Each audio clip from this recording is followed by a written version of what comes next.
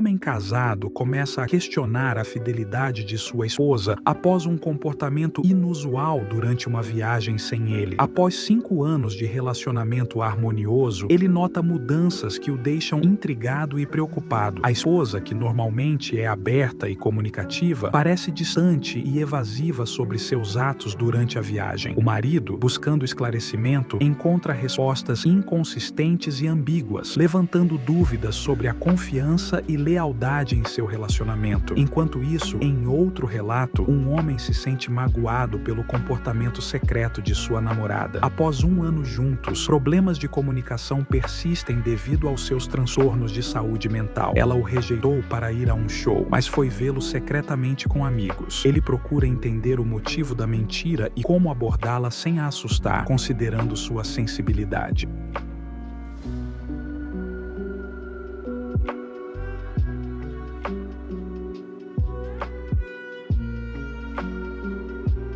Eu acho que minha esposa me traiu em uma viagem para casa. Ela está negando tudo e eu sinto que estou ficando louco.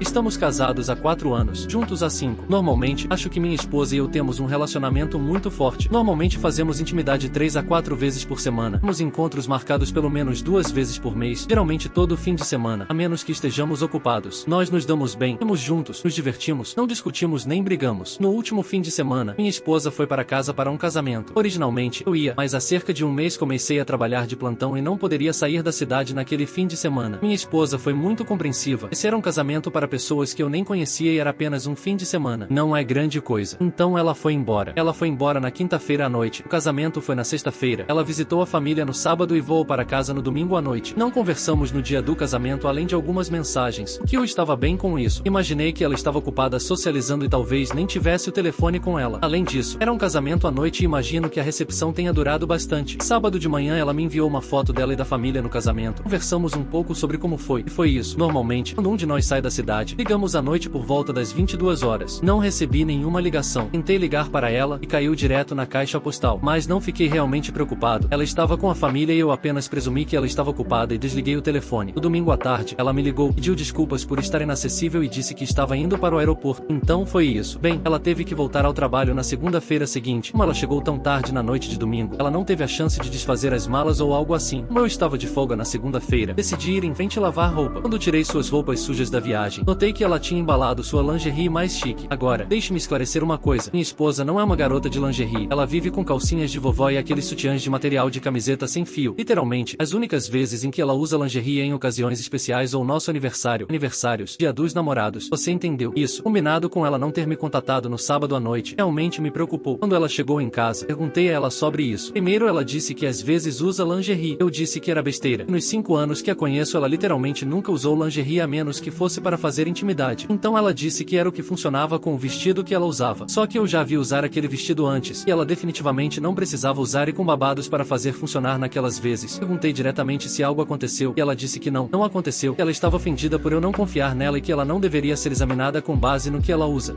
Fui traída por um parceiro de longa data e, para ser honesto, o fato de ela ter pulado sua ligação regular me deixa ainda menos inclinado a tirar conclusões precipitadas sobre traição. Eu estava com tanto medo de que eu desconfiasse e apegasse que a semana em que ela estava ficando foi a semana em que ela estava mais confiável e responsiva do que o normal. Concordo com todos dizendo que a lingerie pode ter várias explicações, desde traição a querer se sentir bonita em um vestido, até precisar da liga como parte de sua roupa de casamento. Talvez ela estivesse planejando te enviar uma foto se tivesse uma chance, como um desejo que você estivesse aqui. Pessoalmente, eu nunca uso lingerie. Eu tenho um conjunto. Eu uso em ocasiões especiais, esteja ou não a possibilidade de intimidade. Eu não acho que meu ex de 6 anos já me viu usando em um contexto não íntimo, mas eu uso talvez uma vez a cada poucos anos. Eu entendo porque os dois fatores deixariam você ansioso. Isso precisa ser abordado e vocês dois precisam conversar sobre isso, mas também é importante lembrar que se você a acusa e ela não fez isso, você não pode voltar atrás. Aborde isso como: eu estou me sentindo muito ansioso sobre sua viagem e gostaria que descobrimos o porquê em vez de: se você não me traiu, então por que a lingerie está embalada? Estou muito atrasado para isso, mas ainda quero comentar porque estou super preocupado, exatamente como sinto que você está agora, e acho que às vezes uma boa dose de lógica é tudo o que você precisa para sair dessa mentalidade. Se a única evidência que você tem de que sua esposa pode ter te traído é que ela levou sua lingerie com ela, isso significa que, no intervalo de tempo entre o momento em que você descobriu não poderia ir com ela e o momento em que ela realmente foi embora, ela fez fez um plano extremamente detalhado para te trair com alguém a centenas de quilômetros de distância e então o executou sem pestanejar. Agora pergunte a si mesmo se é mais provável que ela tenha feito isso enquanto estava em um relacionamento perfeitamente feliz e saudável com você, a pessoa que ela originalmente planejou que a acompanhasse ao casamento, ou se ela simplesmente fez algo um pouco fora do comum e usou uma roupa e ignorou o telefone por uma noite. Eu realmente acho que você deveria dar a ela o benefício da dúvida. Inseguranças em relacionamentos se tornam profecias autorrealizáveis.